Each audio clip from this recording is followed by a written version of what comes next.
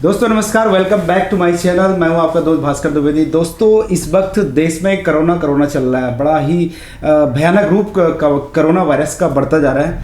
तो मैंने सोचा कि इससे रिलेटेड जो भी इंफॉर्मेशन है मैं आप लोगों को बताऊं, आप लोगों के साथ शेयर करूं। तो मेरे साथ में आज मेरे एक मित्र हैं जो कि पेशे से डॉक्टर हैं और उनसे मैं पूछना चाहूँगा कि ये कोरोना वायरस आखिर है क्या, इसकी हिस्ट्री और जो भी अभी इसने पूरे वर्ल्ड वाइड एक पेंडेमिक का रूप ले लिया है, तो उसके बारे में आज डिस्कस करते हैं। और इस डिस्कशन में जो भी चीज़ें निकल के आएंगी हो सकता है कि आपके लिए बड़ी इन्फॉर्मेशनल हो, तो प्लीज़ इस वीडियो को लास्ट तक देखिएगा, एंड तक देखिएगा। तो डॉक्टर साहब नमस्कार। आज हैंड शेक नहीं कर सकते हम क्योंकि जैसा कि इस समय वायरस का प्रकोप चल रहा है पूरी वर्ल्ड में। तो डॉक्टर साहब थोड़ा बताएंगे कोरोना वायरस आखिर है क्या? Corona virus is like a virus, ठीक है। अब इसका जो नाम है अभी हम बोल रहे हैं कोविड-19 इसलिए बोला जा रहा है क्योंकि 2019 में इसका पहला केस डिटेक्ट हुआ, और जो पहला केस डिटेक्ट हुआ था वो चाइना में 1 दिसंबर को केस पहला डिटेक्ट हुआ था। वो था शहर था आपका वुहान शहर, ठीक है। तो इसलिए इसको कोरोना बोला जाता है। अब जो हो रहा है किसके द्वारा हो रहा है, ये सार्स का ही एक प्रारूप है। सार्स यानी कि सीवियर एक्यूट रेस्पिरेटरी सिंड्रोम। 2003 में फर्स्ट केस डिटेक्ट हुआ था। 2003 में ये स्प्रेड हुआ था, 2003-4 के करीब। उसके बाद फिर शायद स्वाइन फ्लू भी आया था। स्वाइन फ्लू 2009 में हुआ था। तो क्या ये जो कोरोना वायरस है हम उसको यहाँ पे कोरिलेट कर सकते हैं कि इसी तरह का ये वायरस है? हाँ, ये सार्स की तरह का ही वायरस है। ये भी रेस्पिरेटरी सिस्टम पे ही हमारे अटैक करता है। ओके, ठीक है। तो ये भी पहला है। अब इसके जो सिम्टम्स हम देखते हैं, पहले उस सिम्टम्स हो जाने से पहले मैं बताना चाहता हूँ कि ये फैलता कैसे है। एक्चुअली कोई भी नॉर्मल वायरस हो, सर्दी जुकाम, वो भी आपकी ड्रॉपलेट मेथड से फैलते हैं। तो सेम उसी तरह ये भी ड्रॉपलेट मेथड से आपका फैलता है। ड्रॉपलेट मेथड मतलब छींकने से, इन्फेक्टेड व्यक्ति के खांसने से, या किसी सरफेस को टच करने से, इन्फेक्टेड सरफेस को टच करने से। उसके बाद अगर हम उसको अपनी आँखों पे मलें, या उसका जो भी इन्फेक्टेड पर्सन का सलाइवा हो, या कोई भी ड्रॉपलेट मेथड हमारे शरीर के कांटेक्ट में आए, तो उसके बाद इसके खतरे बन जाते हैं। तो जैसे कि मतलब अभी हम लोग इसको उससे जोड़ के देखा जा रहा है कि आपके रिस्पिरेटरी सिस्टम में जैसे कफ आपको हो जाता है, कोल्ड हो जाता है, आपको खांसते हो, तो इसका मतलब जिसको अगर हो जाए तो उसको एक डर बैठ जाता है कि कहीं मुझे कोरोना तो नहीं हो गया। नहीं। तो क्या उसमें डरने की जरूरत है? बिल्कुल, मैं उस चीज़ को आपको बताना चाहूँगा कि इसके पर्टिकुलर सिम्टम्स हैं क्या। अब जो सिम्टम्स नॉर्मल जुकाम बुखार में आते हैं वो ज़्यादा नहीं रहते, हर किसी को हो जाता है कि सर्दी लगना, बुखार आ जाना, जो सिंपल एक फीवर आता है, या जैसे throat infection. But in case of this corona infection, इस पे क्या होता है, आपका सीवियर थ्रोट इन्फेक्शंस होते हैं, ड्राई कफ बना रहता है, हेडेक रहता है, सीवियर हेडेक रहता है, और फीवर, टेम्परेचर बढ़ा रहता है, फीवर काफ़ी रहता है। अब उस कारण ये एक यूनिक्स है। तो ये अगर किसी भी व्यक्ति को इन सब 4-5 सिम्टम में से कोई भी सिम्टम ज़्यादा अपीयर हों तो उसे अपने डॉक्टर की सलाह जरूर लेनी चाहिए, ना कि अपना खुद ट्रीटमेंट। वैसे लोग क्या करते हैं कि कफ कोल्ड हुआ या थ्रोट इन्फेक्शन हुआ तो हम केमिस्ट के पास चले जाते हैं। बिल्कुल। तो इस टाइम पे इस चीज़ को अवॉइड करें, पे सबसे ज़्यादा कॉन्शियस केमिस्ट को भी रहना चाहिए, क्योंकि वो सबसे पहला पर्सन होता है जो पेशेंट के पर्टिकुलर कॉन्टैक्ट पे आता है। देन उसके बाद डॉक्टर्स आते हैं, लेकिन पहले केमिस्ट आता है। तो उसको भी थोड़ा क्योंकि ये सब चीज़ें हमारे इंडिया में ही ज़्यादा होती हैं, क्योंकि हमारे यहाँ एक हिरार्की देखें या एक चीज़ देखें कि हम लोगों ने एक बना रखी है कि अगर हम बीमार होते हैं, छोटी बीमारी होती है, तो हमारा पहला डॉक्टर हमारा पड़ोसी बन जाता है, उसके बाद हमारा केमिस्ट बन जाता है, फिर उसके बाद कोई चाचा बन जाते हैं। जब ज़्यादा हो उसके बाद फिर हम फिजिशियन और सबके पास जाते हैं, एंड में जाते हैं हम डॉक्टर के पास जब प्रॉब्लम है वो सीवियर हो जाती है। WHO ने इसको 11 मार्च को अभी पेंडेमिक सिचुएशन बता दी है। तो ग्लोबली पेंडेमिक सिचुएशन है। अभी तक करीब 15 मार्च तक 1,60,000 केसेस पूरे ग्लोबल डिटेक्ट हो चुके हैं, जिसमें करीबन 6,000 लोगों की मृत्यु हो गई है।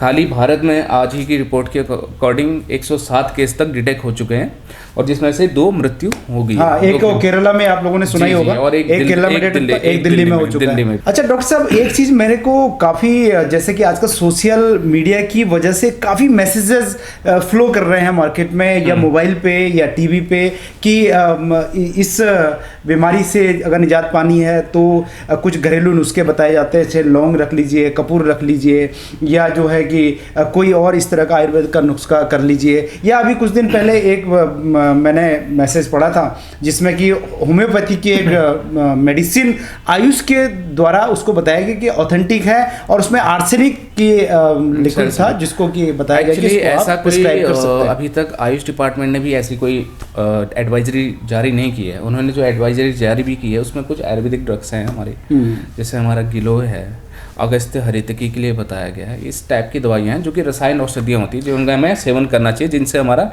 इम्यून सिस्टम यानी प्रतिरोधक क्षमता हमारी बढ़े। लेकिन वो जो आर्सेनिक का जो बोतल दिखाया गया आयुष का परमिटेड, उसको ना लें, मैं तो यही सलाह दूंगा। क्योंकि मैंने भी जितना रिसर्च किया है तो कहीं पर भी गवर्नमेंट की गाइडलाइन में कोई गाइडलाइन नहीं है उसके लिए, उसका कोई पर्टिकुलर प्रिस्क्रिप्शन नहीं है, ना WHO की है, ना यूनिसेफ की है। हाँ, इसके अलावा हम ऐसा कर सकते हैं कि जो घरेलू नुस्खे हैं उनको हम अपना सकते हैं, जो आयुर्वेद के नुस्खे हैं जैसे गिलोय है। मैं आपको ये सब चीज़ें बताऊंगा कि कुछ घरेलू उपाय जो हम कर सकते हैं, बट उससे पहले हमें थोड़ा इसके सिम्टम्स के बाद हमें कुछ पर्सनल हाइजीन, मेन चीज़ क्या है, हमें इससे बचने के लिए हमें पर्सनल हाइजीन को मेंटेन रखना है। नहीं, हमें हाथ धुलने हैं अच्छी तरह से, यानी 20 सेकंड तक आपको प्रॉपरली हाथ धुलने हैं। अब आपको हाथ धुलना भी है, नॉर्मली हम क्या करते हैं, टैप पे जाते हैं, साबुन लगाया, ये आगे।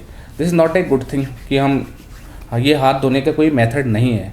हमें जो हैंड वॉश करना है उसके लिए 6 स्टेप ऑफ हैंड वॉश होना चाहिए। अच्छा। पहले आप टैब ओपन करें, फिर पानी उस पर गिरेगा, फिर उसके बाद आप साबुन लें।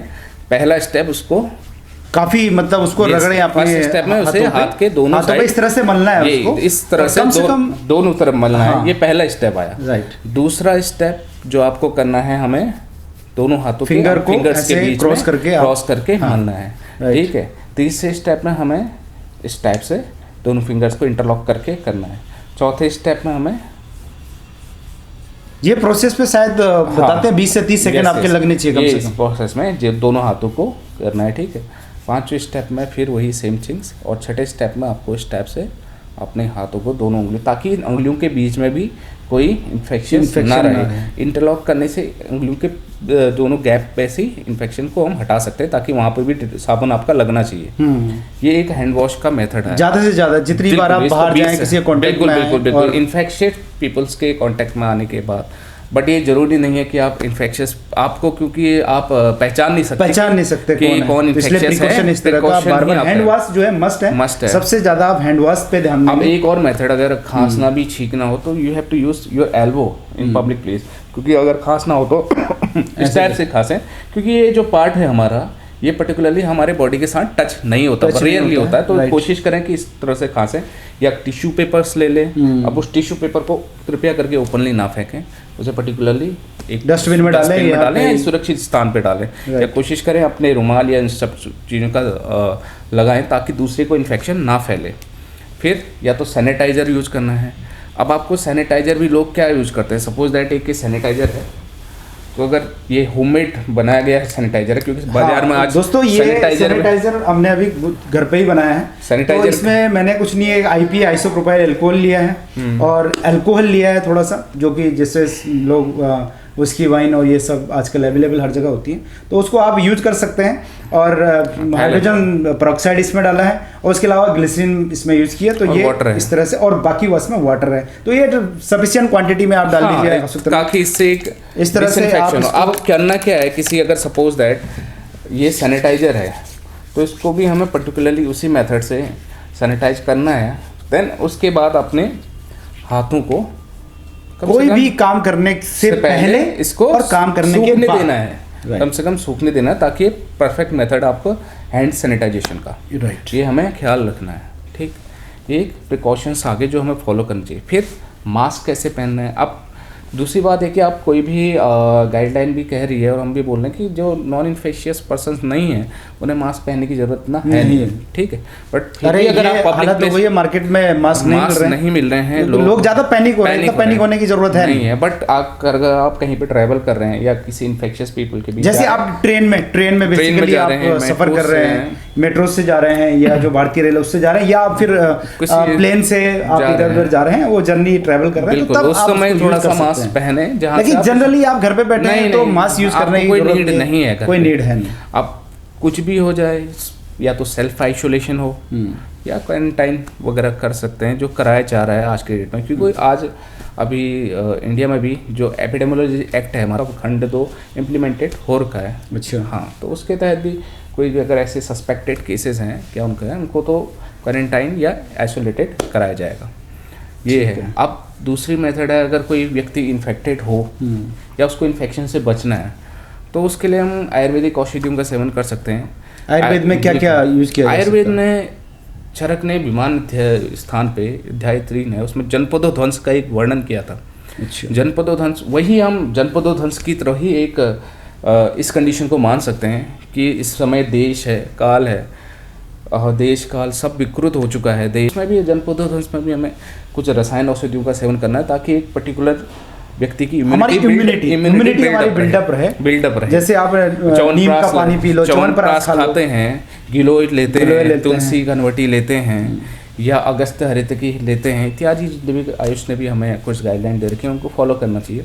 बट रसायन औषधियों का सेवन इस समय करना चाहिए। जैसे अश्वगंधा लेना चाहिए, तुलसी लेना चाहिए, गिलोय लेना चाहिए, अगस्त्य हरितकी अवलेय लेना चाहिए, च्यवनप्राश लेना चाहिए, जिसमें सारी चीज़ें हैं। ये सब हमें क्या करेंगे, इम्यून सिस्टम को बिल्ड करेंगे। दूसरा, पर्सनल हाइजीन मेंटेन रखना है, खान पान पर विशेषकर ध्यान देना है। अच्छा, खान पान के उसमें मुझे ध्यान आया कि आजकल जैसे कुछ लोग जो नॉन वेजिटेरियन है वो नॉन वेज खाते थे, तो अभी काफ़ी इस तरह की जो बातें चल रही हैं कि नॉन वेज नहीं खाना है, उससे फैल सकता है क्या ये, मतलब कितना? नहीं, अगर नॉन वेज अगर आपका पर्टिकुलरली कुक्ड अच्छी तरह से पका हुआ हो, तो उससे कोई ऐसी दिक्कत नहीं है। बट फिर भी कोशिश करें कि पैक्ड फूड है या फ्रोजन फूड है जो बिल्कुल अवॉइड करना चाहिए। उसी टाइप से जितने भी बेक्ड हैं, विदाउट बेक्ड फूड भी आते हैं, यानी कि अर्ध कच्चे मांस जो रहता है उसको अवॉइड करें, जो बाहर से पैक्ड आता है। तो कोशिश करें अगर खाना भी हो तो अपने घर पे ही कुक करके खाएं जो खाते हैं।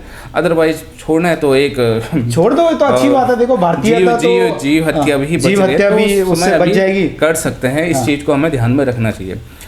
तो डॉक्टर साहब, जैसे डिहाइड्रेशन की आप बात कर रहे हैं कि जब वायरस इन्फेक्शन होता है तो डिहाइड्रेशन होती है बॉडी में, तो उसके लिए एक सड़न पानी की जो बात होती है आयुर्वेद में जैसे दिया गया है चरक संहिता में, तो उसके बारे में थोड़ा बताइए आप। सड़न पानी मतलब 6 द्रव्यों से बनाया गया। कौन कौन से द्रव्य होते हैं उसमें? आपका मुस्तक आ गया, पित्त पापड़ा आ गया, आपका उशीर यानी जिसे खश कहते हैं, रक्त चंदन आ गया, और नेत्र बला एवं आपका सुंठी यानी कि सौंठ जिसे हम बोलते हैं। इन सबको पर्टिकुलर एक एक भाग लेने के बाद उबाल लें, उससे समान मात्रा में ले लो। हाँ, उसके बाद काढ़ा बना लो। इसका काढ़ा बनाने के बाद पंसारी की दुकान में मिल जाती हैं सारी चीजें, तो हाँ, ये चीजें मिल जाती हैं। अगर ये ना भी मिले तो मैंने जैसा बता रखा है आपको कि आप धनिया लें, धनिया का पाउडर, उसमें तुलसी का पत्र डाल के उसको भी उबाल के आप पी सकते हैं। तो इससे काफी आपके इम्यून सिस्टम अच्छा होगा, डिहाइड्रेशन की प्रॉब्लम आपकी उससे आप बच सकते हो। नींबू पानी, साइट्रस फ्रूट्स का सेवन करना। अच्छा, कुछ लोग कह रहे हैं खट्टा वट्टा मत खाओ, इसमें दही मत खाओ, ये क्या सही है क्या? दही देखो, इन्फेक्शियस पर्सन को तो नहीं खाना है, उसके लिए जो बचाव के लिए, बट जो नॉन इन्फेक्शियस है उन्हें खाना चाहिए दही, वो खा सकते हैं। बट दही को भी रात को नहीं खाना चाहिए, दिन में रात में नहीं खाना है, वो भी संदेह कारक होता है। तो दिन में ही उसका प्रयोग करें, वो भी कुछ ना कुछ। अच्छा, ये किस एज ग्रुप पे अटैक कर सकता है, या मतलब कौन लोगों को ये कम इन्फेक्शन करेगा, किस एज ग्रुप को ये ज़्यादा करता है? एज ग्रुप का कोई क्राइटेरिया कह नहीं सकते वायरस के लिए हर कोई, but that is totally depend on the immune system of particular person. Okay, तो उस एज ग्रुप के हिसाब से ना देख के हम उस इंसान की इम्यूनिटी कितनी स्ट्रॉन्ग है। अगर कोई व्यक्ति है घर पे, बुजुर्ग हैं या जवान भी हो, जिन्हें रेस्पिरेटरी इन्फेक्शन ऑलरेडी हो रखे हैं, जैसे किसी को ट्यूबरकुलोसिस था है, कैंसर है किसी को चल रहा हो, या कोई डायबिटिक पेशेंट हो, या कोई भी बीमार व्यक्ति हो, उसके लिए ये बीमारी और ज़्यादा घातक खतरनाक हो सकती है, उसके लिए लीथल है, प्राणदायक है। बाद बाकी जो पर्टिकुलर स्वस्थ व्यक्ति है वो सही हो सकता है, बिकॉज बहुत से लोग अराउंड 75,000 तक लोग अभी रिकवर हो चुके हैं इससे। तो इतना ज़्यादा हम मोर्टेलिटी रेट के हिसाब से नहीं जा सकते कि ठीक है। कहने का मतलब ये है कि अगर आपका बॉडी स्ट्रांग है, आप इम्यूनिटी सिस्टम आपका स्ट्रांग है, यानी कि फिजिकली और इंटरनली दोनों तरह से अगर आप जो है स्ट्रांग हो, तो आपको कोई भी बीमारी नहीं लगती है। पहली बात तो ये है, बिल्कुल, है ना? तो उसके लिए तो मैं देखो दोस्तों करें, प्राणायाम करें। दोस्तों मैं आपको ये बताना चाहूँगा, आपने और मेरे वीडियोस भी देखे होंगे, तो मैं खुद ही एक फिटनेस फ्रैक हूँ। और इस नाते मैं यही बोलना चाहूँगा कि आप जो है जो योगा है और जैसे आप बता रहे हैं कपालभाति करें, प्राणायाम करें, कपालभाति जरूर करें सीजन में, और जिमिंग करें, क्योंकि जितनी आप cardio एक्सरसाइज करोगे, जैसे मैं हैवी वेट एक्सरसाइज करता हूँ तो उससे क्या होता है कि आपका हार्ट पंप हो जाता है, आपका पूरी बॉडी से स्वेटिंग होती है, बिल्कुल, और स्वेटिंग में आपके टॉक्सिन्स निकल जाते हैं, बिल्कुल वो डिटॉक्सिफिकेशन है, वो जरूरी है। आपको पर डे अगर ज़्यादा समय नहीं भी मिल पा रहा है तो आप कम से कम 15 से 20 मिनट तब भी प्राणायाम योगा जरूर करें, जिसमें कपालभाति है, भ्रामरी है, अनुलोम विलोम इत्यादि करें, और ज़्यादा कपालभाति पर भी फोकस करें आप उसको। अच्छा डॉक्टर साहब, ये मास्क को किस तरह से यूज करना और कौन कौन से मास्क यूज किए जा रहे हैं, जैसे देखिए आप इस इन्फेक्शन के लिए कोई पर्टिकुलर आपको ज़्यादा हैवी मास्क की ज़रूरत नहीं है। आप नॉर्मल सर्जिकल मास्क भी यूज़ कर सकते हैं, N95 टाइप मास्क आप यूज़ कर सकते हैं, जो नॉर्मली आपको बिल्कुल जो बाज़ारों में आपको इजीली मिल जाते हैं। ये आपका मास्क है, तो इसका ये जो ऊपर का हिस्सा ही आपके नोज़ के लिए होता है, पर्टिकुलर नोज़ के लिए, तो ये हिस्सा आपके नाक के ऊपर आना चाहिए और ये आपके मुंह पे, ठीक। तो इसको आप पहने, तो इसको आप ऐसे और कोशिश करें, इसमें दो चीज़ें आपको ऐसे रहेंगी, रह के आप इसको पहने सिंपल, बिल्कुल। ये आपका एक मास्क इस तरह से पहने, आप इस तरह से पहने दोस्तों, ताकि आप ये इसलिए है आप ताकि आपके छींकने खांसने से आपके जो ड्रॉपलेट्स हैं वो दूसरे के कांटेक्ट में ना आए, तो कम से कम दूसरा व्यक्ति जो है वो इन्फेक्शन से बचे। थैंक यू सो मच, आपने काफ़ी अच्छी इन्फॉर्मेशन शेयर की है।